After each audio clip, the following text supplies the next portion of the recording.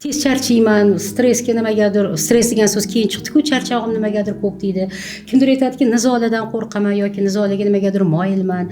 Kimdir aytadiki, shu oilada qanaqadir, shu er-xotin deydimi, qaynona kelinmi, bolalarim bilanmi kelishmovchilik.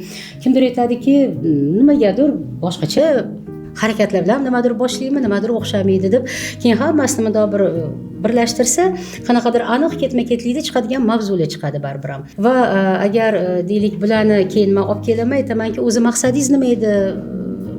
Bu muloqotdan yoki bu ijtimoiy rolda maqsad nima edi? Yoki hattoki mana deylik yosh kelin kuyovlarni olib kelishsa ham o'zi nima maqsad bilan oila quruvdinglar? O'sha maqsadinglar nima ediki, 1 oy qolmay, 2 oy qolmay bir-biringlardan charchab qoldinglar deb ba'zi vaqtda yoki mana ota-ona va bola muammosi bugun nimagadir birinchi o'ringa chiqib ketdi. Eng ko'p murojaatlar shular. Ota-onadan so'rasa, "Voy, bolani xohlaganmi?" Albatta xohlagandik yoki bolaga unda endi u savol bermaymiz-ku.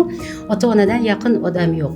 Nima uchun nimagadir qanaqadir munosabatlarimiz o'xshamaydi, nimagadir qanaqadir kelishmovchiliklar bo'ladi deganda, shu o'zini bir ketma-ketligi bo'lish kerak. Hali oldingi safar aytganimizdek, psixika bu bizga bu olamni chizib beradigan narsa. Men faqat aynan o'zimning mutaxassisligimdan kelib gapiradigan bo'lsam, psixika bizga bu olamni chizib beradigan narsa. Chizib beradi u nimadan? Ya'ni obyektiv olamning subyektiv inikosi.